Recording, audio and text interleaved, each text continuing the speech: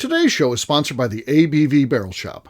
The ABV Barrel Shop is located in the St. Louis metro community of Arnold, Missouri. The ABV Barrel Shop is focused on one thing, single barrels. Best of all, you can try before you buy. Head over to abvbarrelshop.com to sign up for their email and text distribution so you know what they have in stock, what classes are coming up, and who from the industry may be coming in to visit. The ABV Barrel Shop. It's where single barrels live. We're also sponsored by the Bar to Go. The Bar to Go offers traveling minibars that are no bigger than a small purse or toiletry bag. Best of all, they are fully customizable so you can create the perfect piece that is unique for you. If you own your own business, what a fun and unique way to promote what you do. Check them out online at thebar2go.com. That is the number 2 in the Bar to Go. If you have wholesale questions, call my friend Isabel Clark at 504-481-1297. Finally, we are sponsored by the Neely Family Distillery. NFD is a family-owned business that keeps ringing up awards in the spirits world. Head to Sparta, Kentucky to experience the family history, award-winning spirits, and meet the Neely family. Check them out online at neelyfamilydistillery.com. Now, on to the show. Let's drink!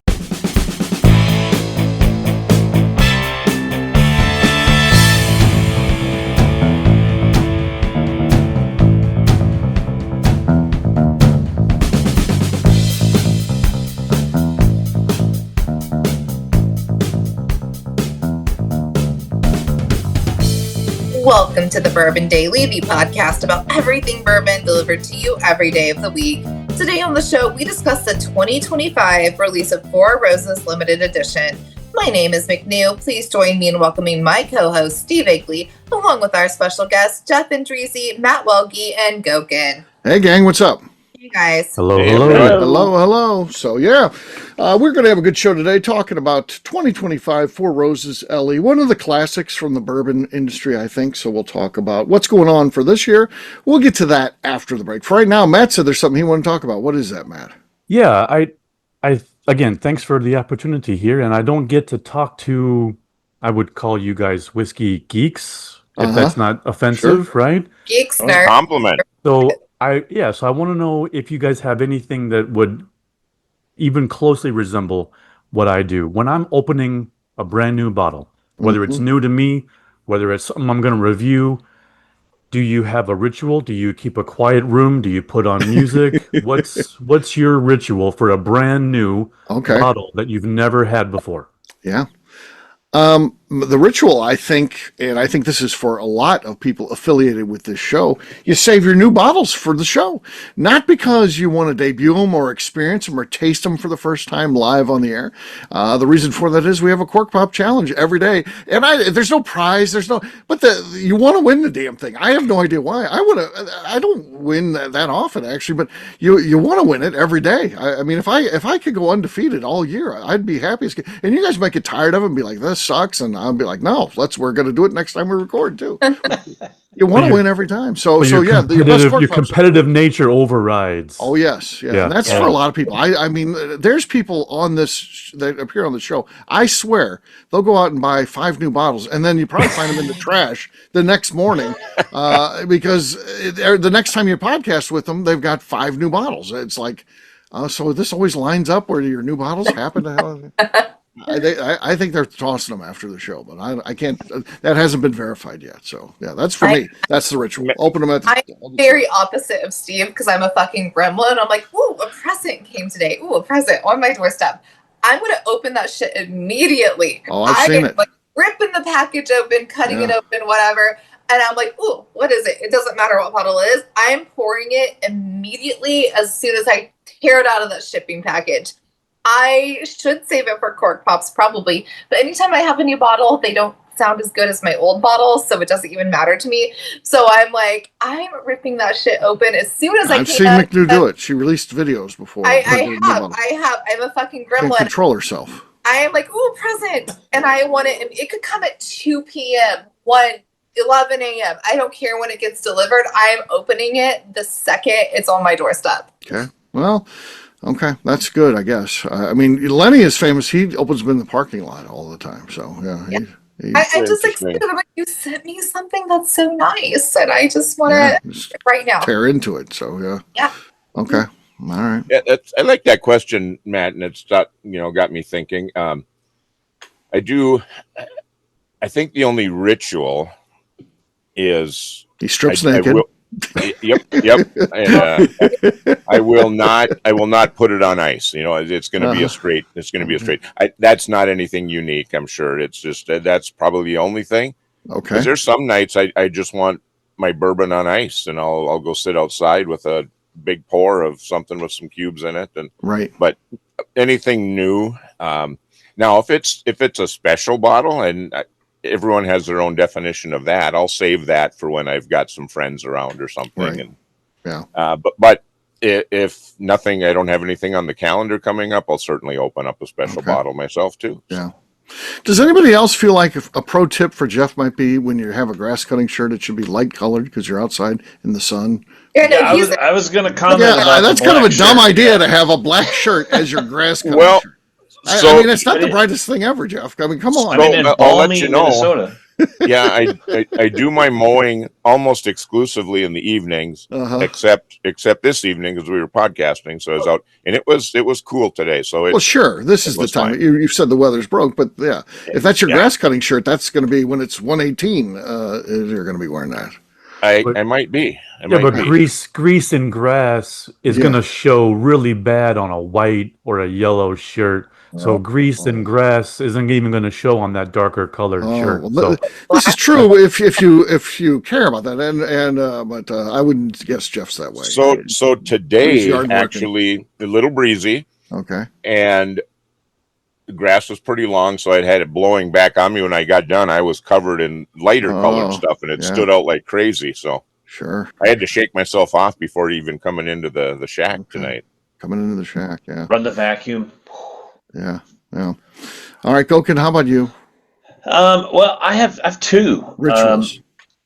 Two rituals. One is I have started to try to save some bottles for the podcast since I started podcasting. But I also always try to look at the shows and see, what the show is about and try to pull a bottle out, and invariably it's a bottle that I've already opened. So that's kind of going down the tubes for me. But I like to open a bottle as soon as I get it, because I am a believer that the first pour out of a bottle never tastes the same as the rest of the bottle once you've let it set. So I like to get a neck pour out of the bottle as soon as I get it, and then put it on the shelf and not touch it for another month or two. And I think it tastes, some of them I think are dramatically different after that first pour is pulled. Even stuff that, I know, some of Demetrius's stuff that we get, it was bottled last week, and you get it and you open it and then you let it set. And I still think there's a difference to it, but the commercial stuff I think is more to that. So, well, do you notice? I like to open them and let them set. Do you notice that from our shop then when you buy it and crack it open? Because our shop, the bottles are going to be open, and usually it takes a while to empty a bottle, pouring samples. So it's already gone through the process that you're having your bottles go through. Do you feel like when you get that home, it's like, oh, that's different than it tasted at the shop? But it's going to get there. It's going to get there. Yeah, I have had that. Okay. And I've had stuff that I've had at the shop and I didn't purchase and come back a few weeks later, sober. And I'm assuming you're still on the same bottle, and have another pour out of it, and it's like, oh, well, I kind of like that now. Right, yeah. So I think oxidation makes a difference on it. You're on super secret probation, though. You can't really buy hardly any bottles. You were worried about buying bottles you were on barrel picks on this past weekend. So this could be the beginning of the end for you, I think. I'm under strict house arrest right now for packing. We haven't even purchased this house that we're looking at yet, and the wife has already got like half of our stuff packed. Okay. How many do you need on it? Do you have a lot of bottles? Do you need a lot of boxes for that? I need a lot of boxes. Yeah. In fact, she said, I forgot to tell you to get boxes when you went last week. Yeah. Dave Probst is moving. Now, I don't know when he's moving. His house is being built. He says he's going to have over 100 boxes. And I said, he says, "Do you want them?" And I said, "We take them for stuff like that. Then you can use them. Other people Yeah. are moving can use those boxes. So yeah, we'd Yeah, probably I want mean, back if when you're done. it's what? Yeah. Yeah. Oh, yeah. No problem. But I mean, 6 bottles to a box typically, right? You don't get a lot of 12 Yeah, I don't know how many cases. 12s he's got, unless he bought some. Like Dave, Demetrius used to have some, and Dave Hogenmiller, I think, bought a bunch from him of the 12. So we have right now, we have a bunch of Boxes. 12s. Yeah. Huh? Yeah. Yeah. So there you go. There you go. All right. Matt, how about you? Rituals. Yeah, I mean, I loved all your guys' answers because there's a little bit of everything in the way I view it too. When I get a bottle, I want to crack it open right away. Partly, like McNew said, you're just dying to get it open to try it. And Jim, I believe 100% that the journey of the bottle is why it's important to own a bottle and not just always sip at a bar or always just sample at a shop. You want to have a bottle for yourself to experience from the top to the bottom, from that first pour to that last pour. But I don't typically review whiskeys at the first pour. I want them to be at least down to the shoulder or almost even halfway through because I've had first impressions on a bottle that maybe weren't so good, but then by the time I'm, halfway down that bottle, I'm like, damn, this is actually really good. And I'm so glad I didn't review it negatively. Do you But I notice do- that comes into play when you're drinking that much in one night? It's supposed to be a joke, by the way. Right. Fair. Fair. This You tastes this tastes so good. So good. No, I like a quiet room. I do like to play music. I love, whatever mood I'm in to play some music and to Like pour that Enya or bottle. something, you put a little Enya on and sail away, Like, sail away. You make it like an experience for yourself. My ass. I'm like, lighting, yes. 12 p.m. Post office just came to sign for it. Let me rip it open in my kitchen. Right. No, It's hot as can be because it's been on the UPS truck. Like it was just chugging it. She offers the UPS driver. You want to try it? Right. This is good. you should do. No. I should start. They would probably hate me less if I did that. Also, run their careers. All right. Well, on that note, guess what, gang? It's time to drink. What is everyone drinking? I'm going to go first. I got a little Rye 3 here. This is from our good buddy Kartik and the crew over there. We got this is a triple finish cigar series. This is Madeira cask, rum cask, and Naranja cask. So let's see what we got here. I'm hoping for the best. This is opened, but it looks like it was only opened maybe once, and it's been a long time. This one was put in a spot where it got kind of forgotten. So let's see what we got here. That's solid. That was good. It was clean, no slosh. Everything about it I liked. It could have been more explosive. I'm not saying that was the most explosive one. Someone could beat that. We're going to see what happens. Next up is going to be McNew. Give it your best, McNew. I'm gonna go some Varsity Barrel Proof. I got the B524. There was a swing and a miss, and then it wasn't too exciting. And then nothing. And then Not a lot of excitement there. I still have the lead. Jeff is next. Jeff, what do you got there?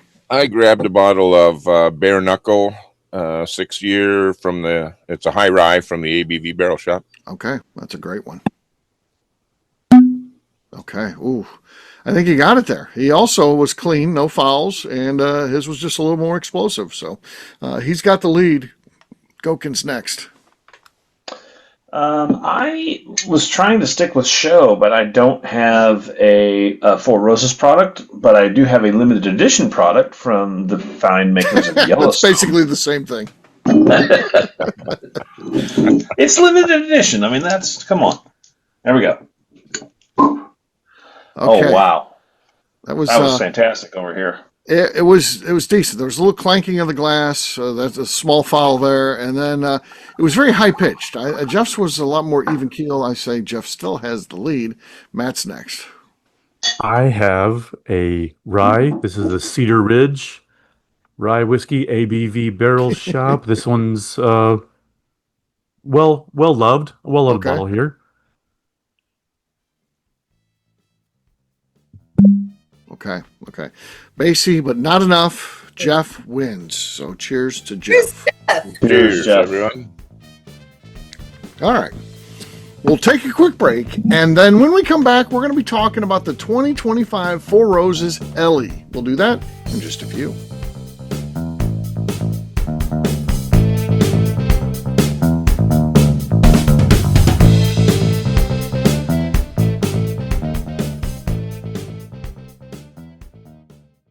Okay, let's talk about the people that make these shows happen.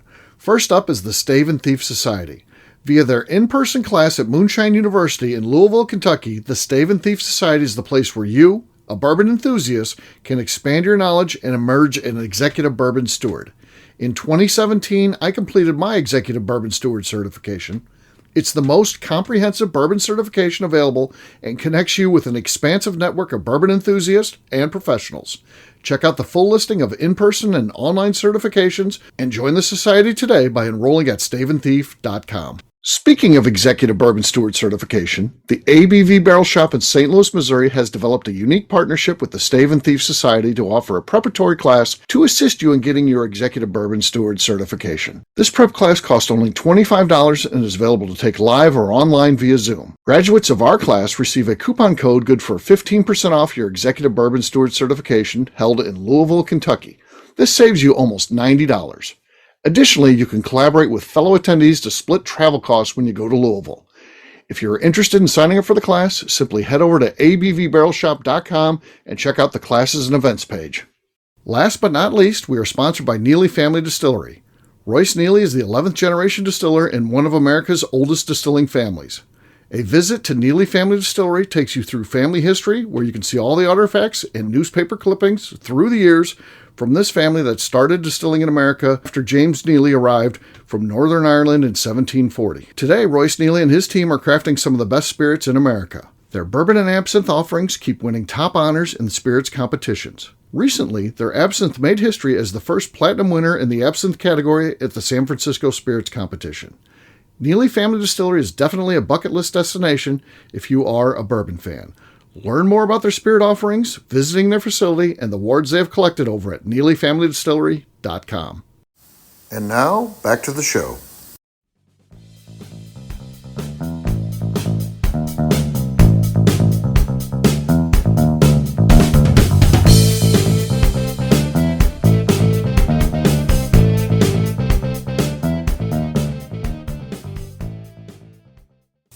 All right.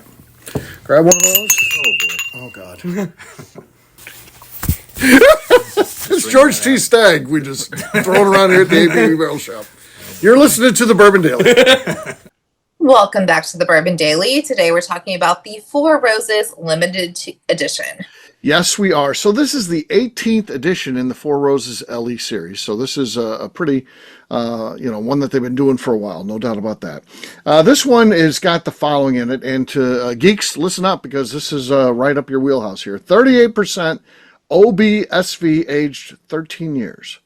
35% OESV aged 13 years. 17% OBSK aged for 13 years, and 10% OESV aged for 19 years. This is 109 proof, 16,854 bottles. Suggested retail price of, survey says, $249. $249. Ouch. Yeah. What do we think here, folks? I mean, I'll say this. I love the Four Roses LEs. Traditionally, I think they do a great job of putting their best whiskey release of the year into their LE. I mean, through the years, there's been some fantastic ones. I think one of the, in the discussion of the best whiskeys of the 20th century is the Al Young, which was an LE. That's in that count there.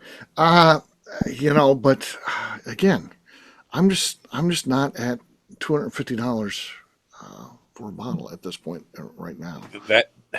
I thought the same thing, Steve. It's a big number. I have not, that I'm aware of, had any of their limited edition. Really? Is this the one that Darren will be hunting down? Is he the Four Roses? I think he always talks about chasing this one down. Probably.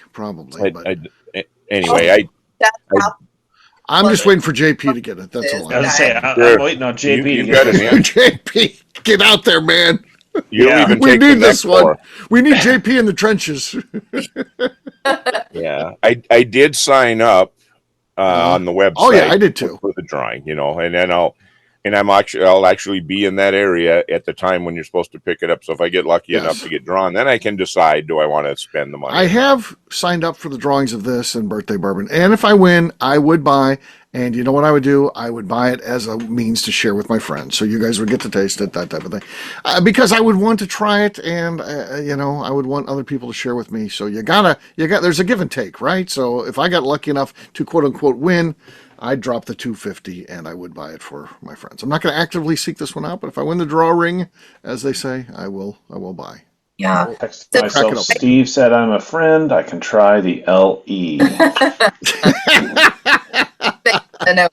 Yeah, because my chances of Gokin doing something like that and sharing it with me is 0. So yeah, so happy to do that for Gokin. Yes, Jim, you'll walk in right as the last drop. Yes, goes yeah. into someone else. Look at this, Jim. This is what Jim's on to me about. He wants to try this, and I'm like, conveniently, I don't have it available, Jim. So yeah. Oh, there it is. Yeah. I need 4 Roses to make their letters make more sense because it feels like an algebra problem, and I've never been able to follow it. So many nice. Me either. Because I'm not interested enough. I don't think it's that hard to learn, McNew, but I'm just not interested, right? Yeah, for damn near a decade, people have been trying to explain this to me, and it just doesn't register. I'm like, I don't even know what is OESV. What the fuck is this? I don't understand. So just because I don't understand, I'm very uninterested. But if somebody showed up to a bottle share, we brought this, okay, great, happy to try it. Not really my mind about it. I don't want to put myself in a lane because there'll be people like, well, which one do you like? I like them all. Well, I'm an OBSV guy. What about you? I'm like, no, I'm not anything. I'm a free agent. I'll drink whatever's good. I like the one that tastes the best. Exactly. Yeah. God forbid we let the taste decide on something. I'm not trying to figure this shit out. But $250 feels crazy. Right. I mean, do you? If that's you're like, no, that's reasonable. Happy for you. Go do that. I'm not. Matt's gonna go camp out and get one of these. I bet. Yeah. No, I don't think so. As tempting as I am to, I mean, of all the limited edition releases, I think this hits a sweet spot for me. I like high rye bourbons, and we know 4 Roses. They're high rye, so. All right. Yeah. Well, only some of them. Oh no! Even their low rye is high rye, man. Yeah. 20. Okay, so 20 and 35s. Right. Yeah. So they're a very high rye company for sure, which is good. That meets my profile. And I believe, I like it all really, but my favorites are by far the high rye bourbons. And I believe Brent Elliott has established himself to be so much more than just the guy that's followed, Al Young. I think he's really made a name for himself, and these whiskeys are phenomenal. I've had a few pours at bars. I've never owned a bottle, and don't think I'll be owning this one either at that price. Okay, Jim, you were going to say something. What were you wanting to talk about? I was just for McNew. I wanted to say I think that OBSK is the typical single barrel that you usually find in the store. Okay. Yeah, but what does it mean? I can't. Well, you have to have the decoder ring over here to know for sure. Now, the article did have a pretty good description of what the different letters meant. Yeah. I read it, but I don't remember them. And one of them that's the same thing. I've read it a million times. But how do you remember? So it's one of them's the yeast, and one of them is the which. Yeah. And there's some that are just throwaways. There's one that just designate at the 4 Roses Distillery, which is the only distillery they make. And then there's another one that's O just is 4 Roses and S is straight whiskey. Yeah. So it's only the 2. Which is the second one is the mash bill, which is there's just 2, and then the 4th one is the yeast strain, and there's 5 yeast strains. So they have 10 mash bills total. Mm-hmm.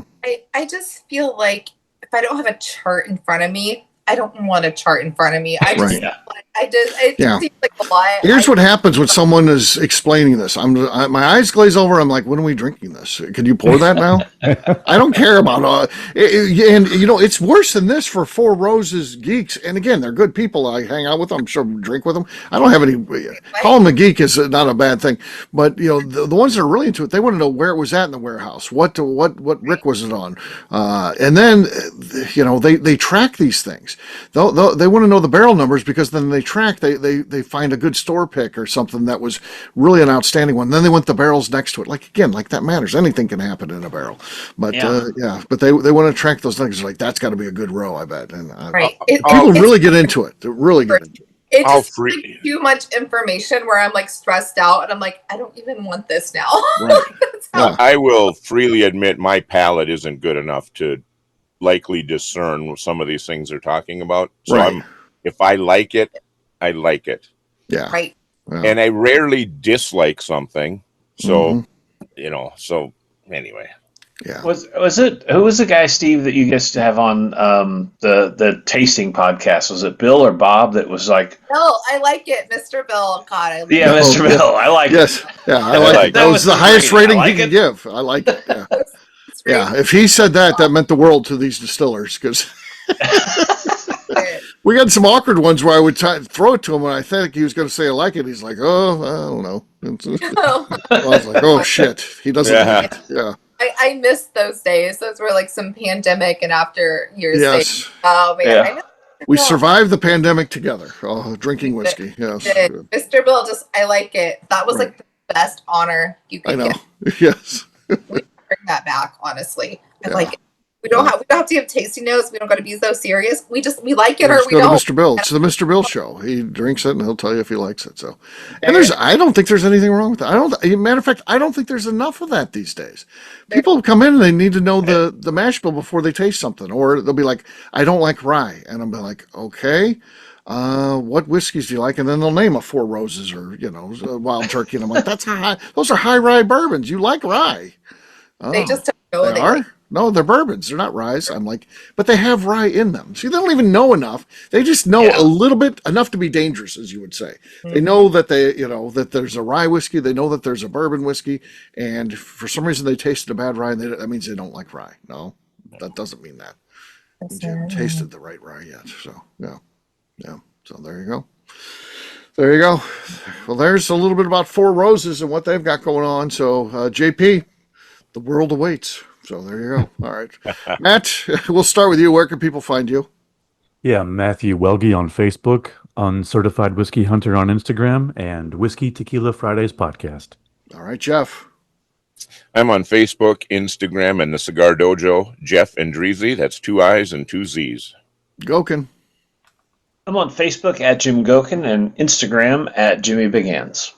McNew. I'm on Instagram at McNew, ABV. All right, for me, I'm an easy guy to find. I'm at Steve Akeley, Twitter, Instagram, or Facebook. I've got a website, steveakeley.com. We've also got a company website, that thing's abvnetwork.com. Check that one out. Everything that we do is out there. Also, come by and see me. The ABV Barrel Shop. We've always got cool things going on. We're online, abvbarrelshop.com. McNew, anything else to say before we get out of here?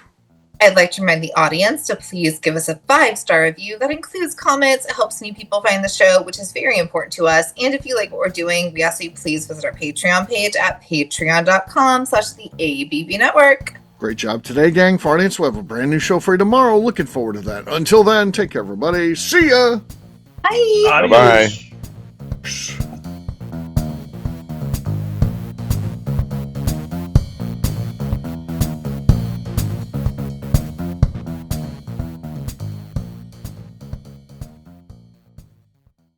Before we let you go, let's talk about one last thing. The ABV Barrel Shop in the St. Louis community of Arnold, Missouri. The ABV Barrel Shop is focused on a couple of things. First of all, single barrels.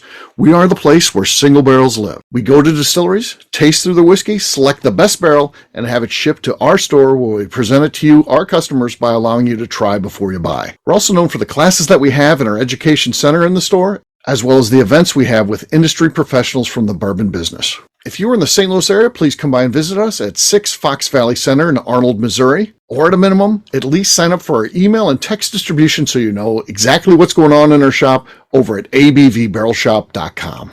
This is Steve Akeley, owner of the ABV Network, signing off. We thank you for listening to our programming and truly appreciate your support.